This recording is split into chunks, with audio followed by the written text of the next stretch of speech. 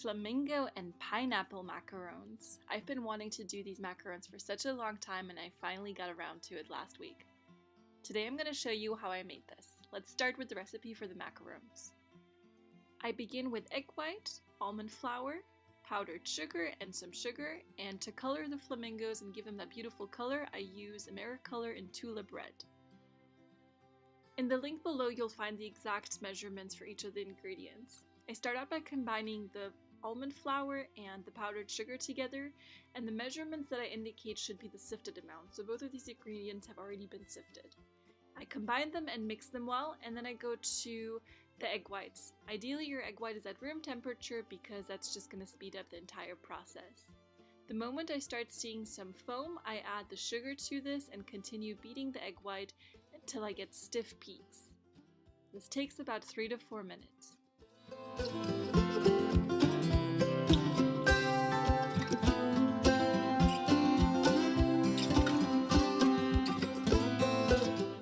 And this is what stiff peaks looks like. You will see the peaks within the bowl, and also if I flip the bowl, none of the egg white comes out. So I'm ready to go. At this stage, since I'm only working with one color, I add the food color to the egg white and then I mix this for just a couple more seconds until it's really even.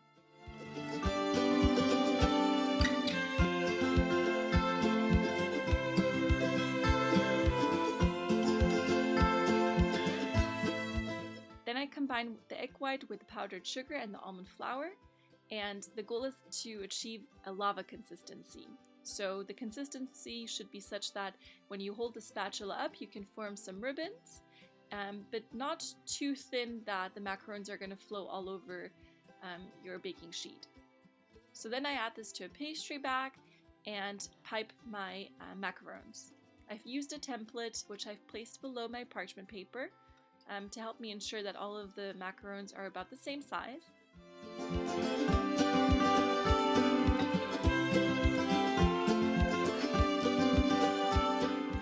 I add a few drops of the macaron batter. I'm sure it has a different name. I think it's called macaronage.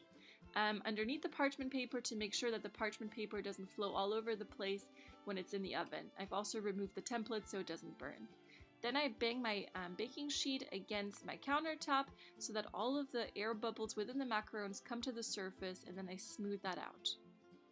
Then I let the macarons sit outside for about, actually this time it took 2 hours because I had a lot of moisture in the room. Essentially the goal is to wait long enough until the macarons build a really thin crust, and that's going to look as follows. So they're no longer shiny, and when I touch the macarons, it doesn't stick to my fingers. That's when they're ready for the oven. Then they go into the oven for about 11 minutes at a relatively low temperature. Some of them broke, those I'm just going to have to eat myself.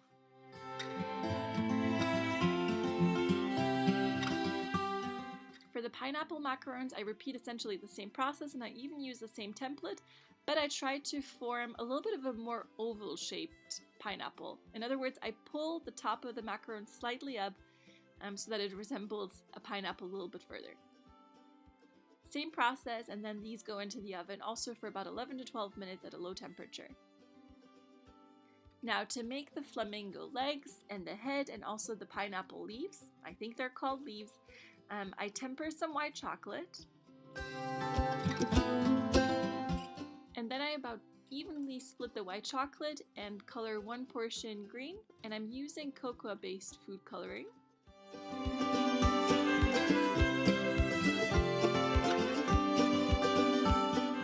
And I repeat the same process with red food coloring, cocoa based food coloring.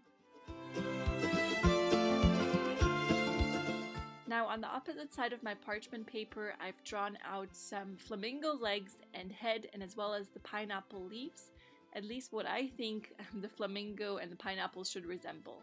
Now to be honest with you, I repeated this process twice because I learned that creating these crossed legs for the flamingos wasn't really working as I was piping them in one piece. It worked much better when I piped one leg straight down and then another leg but backwards in an L shape, and then placed them on top of each other as I was putting the macarons together. The thinner you end up piping these, the more realistic they will look. especially for the flamingo. The chocolate was tempered, so it didn't take too long for it to harden.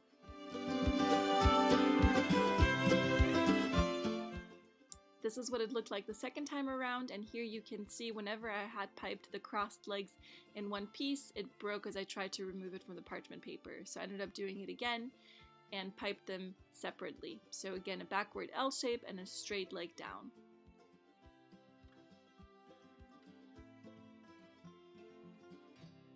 Then I put all the pieces together, or I tried to see how the flamingos will look best as I'm putting all of the pieces together, including the macarons.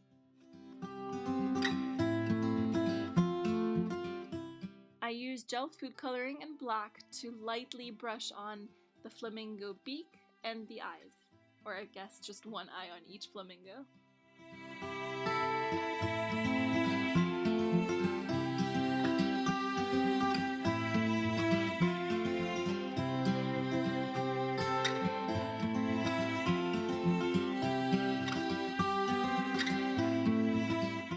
Now here's an example of a flamingo with a crossed leg. Here you can see the two separate pieces piped individually, and then I place them on top of each other, and that's the best way of making it work.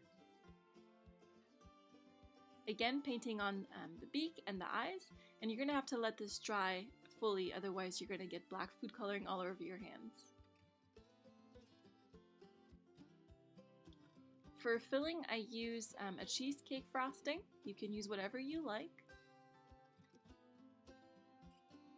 And this really helps in sticking all of the pieces together.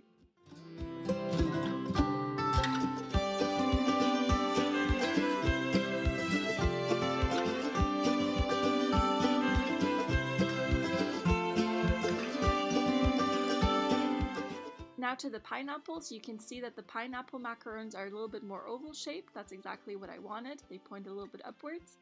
And here are my pineapple leaves. I repeated really the same process as for the flamingo legs, but tried to make realistic pineapple leaves, I guess. And I learned that the longer the green was, the easier it was to place on top of the cheesecake frosting.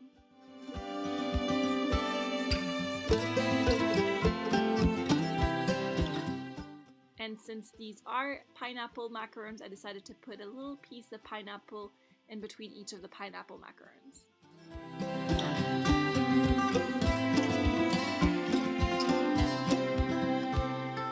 To give them a little bit more of a realistic look, or what I perceive to be more realistic, I used a food color pen in the color dark green to draw on some stripes, or crisscrosses I guess, to make it resemble more of a pineapple.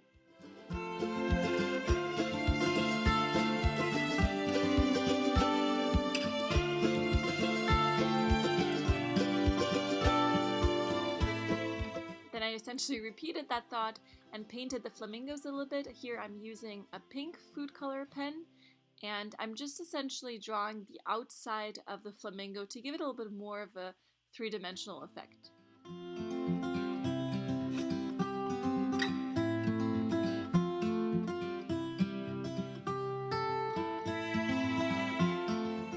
And then I'm done.